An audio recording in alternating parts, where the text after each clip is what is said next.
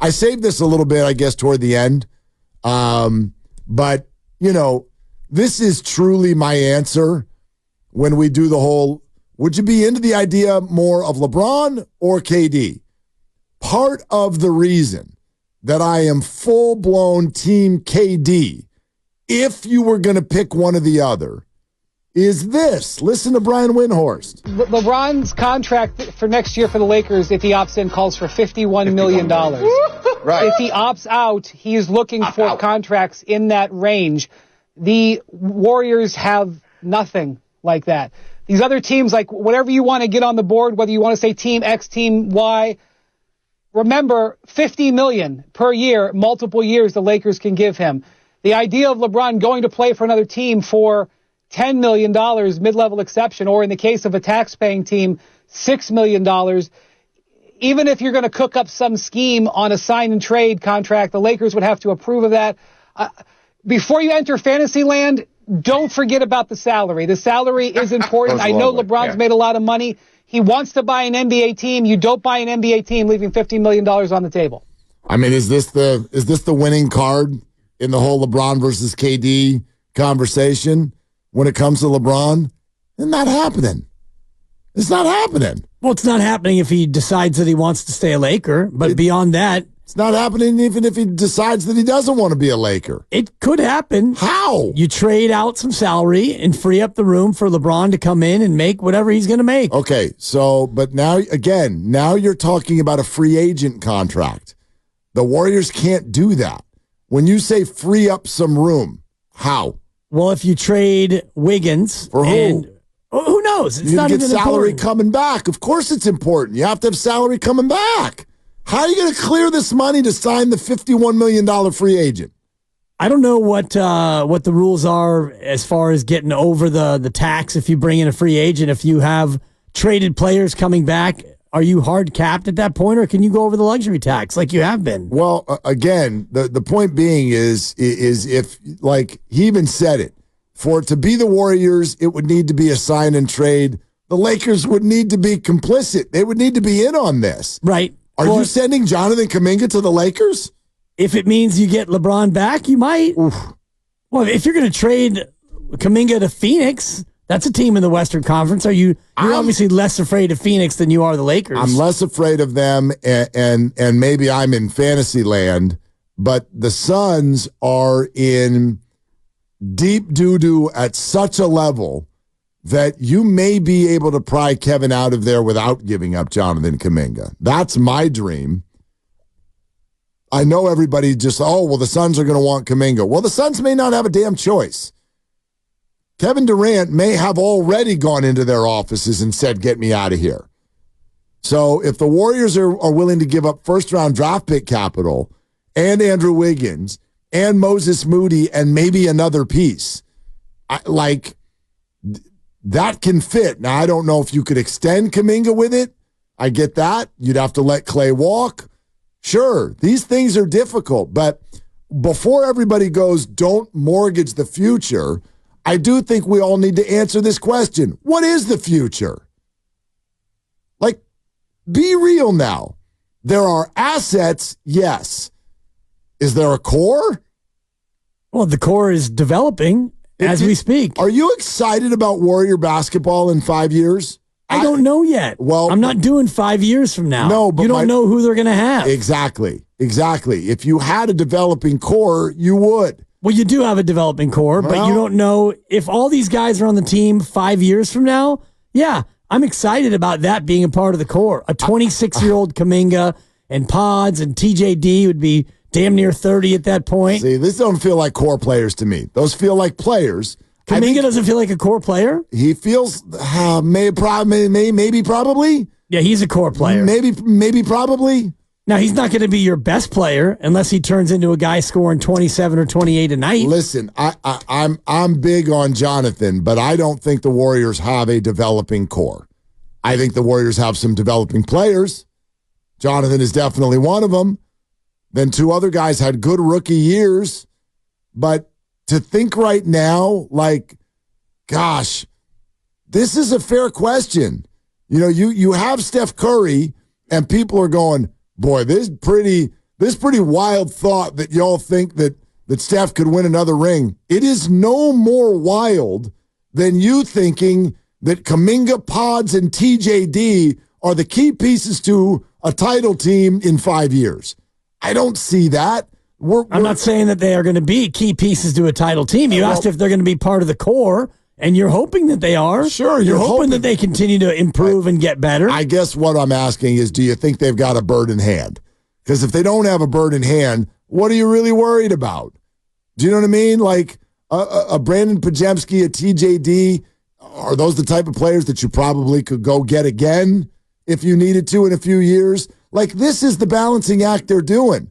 You heard Steph Curry. We played the sound already once. This is on TNT just last week. I mean, the sad part was just missing 3 wins to get out of the play-in and have yourself in a playoff series where, even like a game like Sacramento in the play-in tournament we had, you're looking at, okay, we're down 1 and can find a way to game plan to try to get back in the series. Obviously, early in the year, we had a lot of missteps and some absences, but you do realize, like, we're not that far off, even, having tried to stay at this level, at this peak for so long. There's going to be some tweaks, we know. Like, when you lose, you have to look yourself in the mirror and say, what can we do to get better? What holes can we fill? And thankfully, we have some time to figure that out. So, a lot of conversations with upstairs, with Coach Kerr to try to figure out how to get back to that level that we expect. I didn't answer anything specifically about what we need, but we're going to figure that out over this summer. They're trying to get this summer back to that level. This is what we're doing. Like, nowhere in there is Steph Curry, and obviously we also have to keep in mind, what's going to happen after I retire.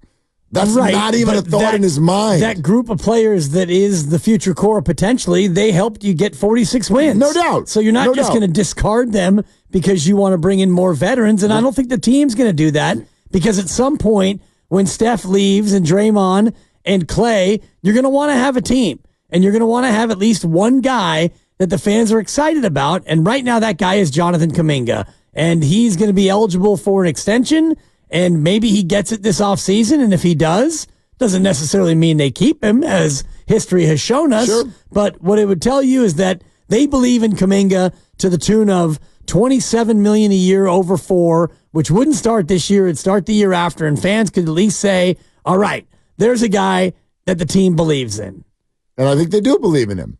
Well, we'll see if they extend him. And I don't think that, sometimes that comes down to what you have to do in addition to what you want to do. Well, it also comes down to what you want to do elsewhere. And if you don't trade Wiggins and you keep Draymond, and now you've got Steph, and you think about Kuminga making 25 even in that first year, well, that right there is 4 players who are making more than 25 million, which, as you've detailed before, it's very difficult to do in the association. Really do it anymore. Yeah, absolutely. No, you're not wrong. But again, it'd be great for all worlds just to be taken care of, but we don't get to do that. You don't get to just be like, well, we don't want to give up any of our young players, but we do want to also maximize the remainder of Steph's career, and we want to get better right now. Like, we want to get better by October. It's about to be May. We want to get better by October. How are we doing it? Can't touch any of our young people. Building a core. Okay, how do you get better? Makes it tough. Really Makes it tough. You'd have to swing a trade for somebody like Lauri Markkanen, but as Nick Friedel was telling us, Utah seems to really like him, and they should. He averaged 25 a game, and he is their number 1 player. He's their star, and I would imagine they're going to keep him around for when the rebuild in Utah actually finally gets a foothold. You at least have one anchor piece. The Phoenix one is an interesting discussion because, as Nick was laying out, that thing is a mess in every which way possible. So they're going to have to move off of Beal or Durant, it seems, or maybe both if they can. Phoenix might just blow it up and say, all right, Booker, you're on your own. It's you and Nurkic and whatever Drek we can bring back. Lots of luck. Go out there and try and win 20 games. No, I get it. And by the way, on the Durant idea, which, again, as Nick pointed out, and one of the reasons I would pick that over LeBron is I actually think that it's doable. I think there's a way to do it. I don't know exactly what it is, but similar to every Animal Planet show that we've ever watched, what happens when a lion comes up on a herd of gazelle? what do you look for? The weak link. There you go. You look for the one that's limping. The Phoenix Suns have a broken leg. Like big time. If you would like to make your team better, that's the team I'm calling. I'm not calling the Lakers. I'm not dealing with the Lakers. I'm not trying to make them better. I'm not trying to send Jonathan Kuminga and Moses Moody or anything like that to the Los Angeles Lakers. The Suns are totally broken.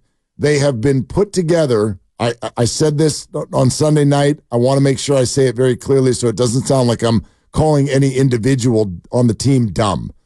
I think that individually, these are good basketball players. But the roster construction, the concept behind bringing that roster together is one of the dumbest things I've ever seen in my life. The only reason that they're a 6 seed is because they have a few players who are so ridiculously talented, they can just sort of overwhelm you to almost 50 wins. But you saw when it came time to do something at a high level, the Minnesota brushed them off like they weren't even there. And they don't like each other, right? And they don't want to be there. They know that this is not a good construction. That means Phoenix has a weakness at its core. They're like the Death Star, and you got to go fire that bullet right into the middle and blow that thing up. So Phoenix may be forced to take less than what someone is worth solely because they have no choice. They have got to totally redo whatever they're doing. So that feels like a broken leg. I'm calling them. If I want to do something like this, and I go after the idea of Durant without Kuminga being in the deal, and if that's not doable, okay, I move on. But that's a call that I would make. Oh, I'm sure they will make it, and I wonder if you're going to make that big swing if you don't try to put Kuminga in the deal. If you're so, fixated on the now as opposed to the then, and maybe you don't want to give Kuminga $140 million over 4 years or whatever that number is going to be when he eventually gets his extension. And if that's how you feel about it, then you have two choices. Either trade him now or you can Jordan Poole him where you give him the contract extension and right when that baby's about to kick in, right when you enter that new league year, then you trade him and you trade that big salary with him. Well, I mean, that's another thing to think about is, we all are thinking about moves that the Warriors are going to make by October. Some of the moves that they want to make or can make, maybe they won't happen until February. It doesn't have to happen in the off season.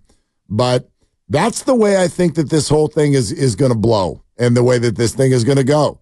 Like, you got to watch the way that the league unfolds as these playoffs unfold and therefore sort of see who comes available. That's why Durant is more interesting to me because LeBron became available because the Lakers predictably lost to Denver, and he's LeBron. So he's going to keep his flexibility, and he's also going to keep all of the attention. He knows damn well what's going to happen the next day on sports radio across America when he does something like this. Was there any thought at all that, this could have been your last game with the Lakers? I'm not going to answer that. Appreciate it. It's the best. It's the best. I love it. And so he knows that that's going to lead to widespread speculation. But it doesn't mean that he or the Lakers, for that matter, are suddenly in a powerless position. The Suns are. The Suns are. They built something. It crumbled. Everybody looked back at the front office and went, what now? And they need a way out, and it's not going to be a pretty way out. So I'm calling that weakness, and I'm going to see if I can take advantage. Well, they're dead in the water, as Nick was laying out, and I talked about it yesterday and today as well. They are owing the big three in Phoenix $500 million. It's about $480 million, but you get the point. So do you want to continue to shovel good money after bad when you saw what you saw this year? And if you just played the damn game on paper, like I've been asking them to for all these years, Phoenix is probably a 2 seed. With Durant and Booker and Beal, a team is nasty. They were the second favorite in the West preseason. That team should have, and I think their over-under was 50 wins. Yeah. They should have been a 56, 57 win team, and they should have been a tough out. But when you watch them play, and I coined the phrase hate ball, because you can see that they don't like playing with each other. They don't want to pass to each other. They take turns, Booker, Beal, KD. Booker, Beal, KD. Whose turn is it to score or try to score this time? So that thing is beyond broken. And when you're spending that much money, something's got to change, and KD is the most tradable. Yep. Booker's got 4 years. Beal's got 3. KD just has the 2. So you move off of KD, and maybe you try to move off of Beal as well. Although I think that contract is a much more difficult one to trade because of the 3 years he's got left. Yeah, I totally get it. But that's of the things that sit there in front of us today. That's the one that I would at least explore it. And I just think that fans, you sort of have to figure a way around this idea of like, I'm not trading our young core to get older. Well, I get that. In theory, it sounds like a bad idea. I think we have to acknowledge the pressure that the organization is under. You know what I mean? The weight of Steph Curry is massive. It's massive. And so it's very, very easy for all of us to sit out here and go, don't you do it. Don't you get older. Don't you trade that young core. Well, look, it's two-pronged. Part of it is Steph is looking at you saying we got to do something. And the second part of it is he doesn't even need to say anything. The fans are. It's obvious. The organization has been carried by this guy for so long. You can't just be like, so time to ride into the sunset gracefully as we sort of like build future pieces who may or may not really amount to much. Like that's, when people go, gosh, Steph's not getting traded unless he requests one. Well, that's the path to get there. All of you who are like, no, don't touch the young core. Well, that's step one to Steph Curry demanding a trade. And I think that would be emotional disaster for this entire city, quite frankly. This whole area, this would be sports emotional disaster if we get to that point where we're talking about a Steph Curry breakup.